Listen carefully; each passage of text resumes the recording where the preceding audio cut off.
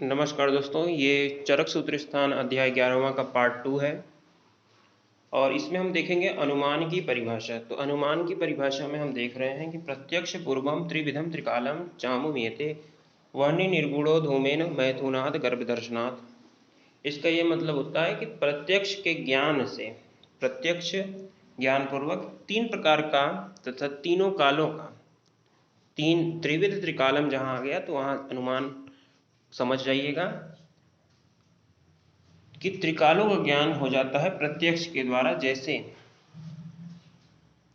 Example दिया गया है वहनी निर्गुणो धूमेन, मतलब कहीं अगर धूम हो, धुआं उठ रहा हो, वहाँ आप पता लगा लेते हैं कि वहाँ अग्नि का जरूर संयोग होगा। और अगर आपने गर्भ को देख लिया तो पूर्व में मैथुन होना आपको एक प्रकार का इन्फ्रेंस हो जाता है, अनुमान लग जाता है।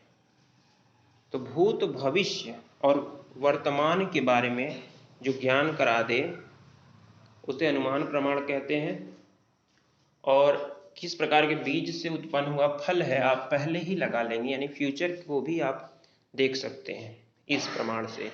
इसके बाद हम बात करते हैं दृष्टा बीजात फलम जाति में, यानी कि भूत भविष्य वर्तमान तीनों को ज्ञान कराने वाला अनुमान प्रमाण है। इसके बाद हम बात करते हैं युक्ति प्रमाण का उदाहरण। अब युक्ति प्रमाण के बारे में हम लोग देखेंगे। जलकर्षण बीजतु योग सस्य संभव, यानी जल कर्षण में होता है कृषि, बीज और ऋतु के संयोग से क्या उत्पन्न होता है तो सस्य संभव। सस्य में होता है धान्य यानी फसलें वगैरह उत्पन्न जो होती हैं वो इन चारों के संयोग से होती हैं। इसके बाद बताया जा रहा है युक्ति षड धातु संयोगा गात्र। इसके बाद बात की जा रही है उसी प्रकार 6 धातुओं यानी 5 महाभूत और एक आत्मा के संयोग से उत्पन्न होती है, गर्भ की उत्पत्ति होती है। और इसके बाद हम बात करते हैं मंथान संयोगा अधिसग्नि भवा। मंथन मध्य और मंथान के संयोग से अग्नि की उत्पत्ति होती है। और युक्त युक्ता चतुष्पादम, इसके उत्पन्न क्या होता है तो अगर युक्ति युक्त है चतुष्पाद तो उससे उत्पन्न होती है चिकित्सा। चिकित्सा के इन 4 पादों के रहने पर रोगों की शांति हो जाती है। अब हम बात करते हैं युक्ति की परिभाषा, ये वेरी इंपॉर्टेंट है, ये याद रखिएगा। बुद्धि पश्यति या भवान बहु कारणम योग जान युक्तिस्त्रिकाल सागेया त्रिवर्ग साध्यते यया।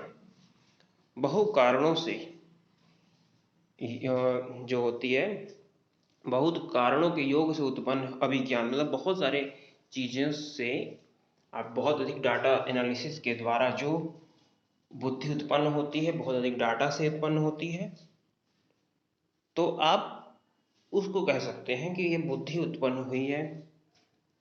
भूत भविष्य वर्तमान कालों में होता है, जैसे धर्म अर्थ काम। यहाँ देखिए मोक्ष की बात नहीं की गई है। अर्थ काम इन तीनों वर्गों की सिद्धि युक्ति से हो जाती है, तो मोक्ष की सिद्धि युक्ति से नहीं होती है। यहाँ पर एक पॉइंट पूछा जाता है आपसे, तो 3 का हो जाता है लेकिन मोक्ष का नहीं होता है। और जैसे डाटा बहुत सारे आपको देते हैं, आर्टिफिशियल इंटेलिजेंस वगैरह आजकल हो गया है बहुत अधिक, तो उनको डाटा दिया जाता है और वो एनालाइज कर लेते हैं हर चीज़ को, और उसके बाद एक पैटर्न दिखाते हैं, एक बुद्धि बताते हैं, और उसी पैटर्न को फॉलो करते हुए एक नियम की अवधारणा बन जाती है। और वो नियम जो है प्रॉपर, वो नियम जो है चलता ही चलता है, वो एक प्रकार का एक नियम बन जाता है। वो डाटा एनालिसिस के द्वारा नियम को प्रतिपादित करने की प्रक्रिया है। अब इसके बाद हम बात करते हैं चतुर्विध परीक्षा का उपसंहार कर दिया गया। यहाँ उपसंहार का कोई महत्वपूर्ण रोल नहीं है। चतुर्विध प्रमाण से पुनर्भव यानी पुनर्जन्म की सिद्धि बताई जा रही है। तो सबसे पहले आप्तोपदेश सिद्धि की जाएगी, तो आप्तोपदेश से आप लोग सिद्धि तो समझ ही गए होंगे कि हमारे जितने भी शास्त्र हैं वो आत्मा को मानते हैं, पुनर्जन्म को मानते हैं, और कहीं कहीं ये भी लिखा हुआ है कि जो है आपको कल्याण कामना में प्रवृत्त होने के लिए दान, तपस्या, ये सब करना चाहिए, ताकि आपका क्या हो, अभ्युदय हो। सबसे पहली बात अभ्युदय हो, उन्नति हो, यानी इह लोक में उन्नति हो और परलोक में कल्याण हो, निश्रेयस। तो ये हैं दो माध्यम। इसके बाद हम बात करेंगे, तो ये तो हो गया, आप्तोपदेश के द्वारा प्रूफ कर दिया गया कि पुनर्जन्म होता है, क्योंकि हमारे ग्रंथों के द्वारा ये पहले ही बता दिया गया है कि ऐसा ही होता है। अब हम बात करते हैं प्रत्यक्ष प्रमाण से पूर्व जन्म की सिद्धि। तो प्रत्यक्ष प्रमाण के द्वारा किस प्रकार सिद्धि की गई है, तो ये किस प्रकार की गई ये समझना है। माता पिता के समान संतानों का न होना, उत्पत्ति कारण के तुल्य होने पर भी, उत्पत्ति का कारण तो सेम है बट अलग अलग अगर बच्चे हैं, जैसे मान लीजिए एक माता पिता के दो बच्चे, तो दोनों के वर्ण में अंतर होगा, स्वर में अंतर होगा, आकृति में होगा, और ये अंतर उनके माता पिता से भी देखने को मिलेगा। भाग्य के अंतर भी होता है अंतर, कुछ बीमार हो जाते हैं तो कुछ हेल्दी रहते हैं, कुछ की बीमारी कभी शांति नहीं होती चाहे जितनी चिकित्सा कर लीजिए। तो ऐसे व्याधियां पूर्व जन्मकृत कर्मों के आधार पर बताई जाती हैं। तो दोनों जो है पूर्व जन्मकृत जो है पूर्व जन्म में किया गया कर्मों से डिसाइड होने वाली बातें यहाँ बताई जा रही हैं, प्रत्यक्ष प्रमाण के द्वारा इस तरह से प्रूफ किया गया है। अनुमान के द्वारा किस तरह से प्रूफ किया गया है, इसी प्रत्यक्ष ज्ञान के आधार पर अनुमान किया जाता है कि पूर्व शरीर में किया गया जो अपना अनुबांधिक कृत्य कर्म है, तो अनुबांधिक होता है।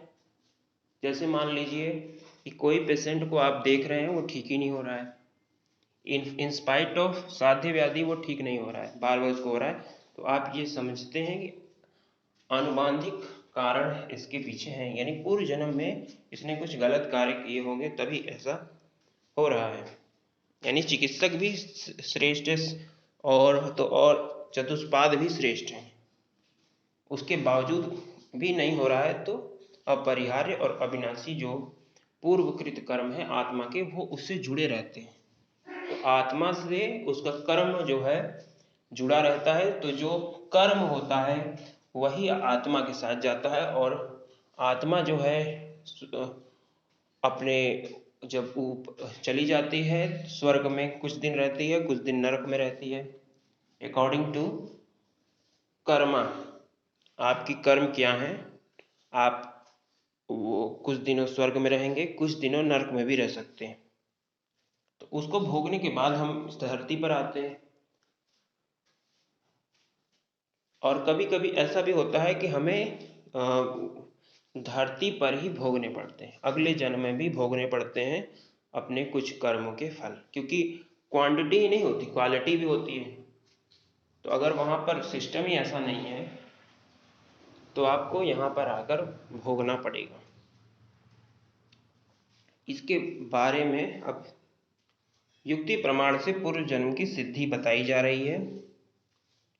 तो कर्तरी करण संयोगात क्रिया कृतस्य कर्मणा फलम न अकृतस्य, पूर्व जन्म की सिद्धि में यह युक्ति 6 धातुओं के समुदाय से कर्म की उत्पत्ति होती है और अंकुरों की उत्पत्ति होती है। तो इसी प्रकार से युक्ति प्रमाण से पूर्व जन्म की सिद्धि बता दी जा रही है यहाँ पर। अब इसके बारे में हम थर्ड पोर्शन में हम लोग पढ़ेंगे 7 प्रकार के ट्रायड्स के बारे में, जो कि आयुर्वेद में बहुत इंपॉर्टेंट रोल प्ले करते हैं किसी भी चीज़ को अंडरस्टैंडिंग में। जैसे कि बल, 3 प्रकार के बल होते हैं, 3 प्रकार की बहुत सारी चीज़ें होती हैं, और उनका अध्ययन हम लोग पार्ट 3 में करेंगे। धन्यवाद दोस्तों।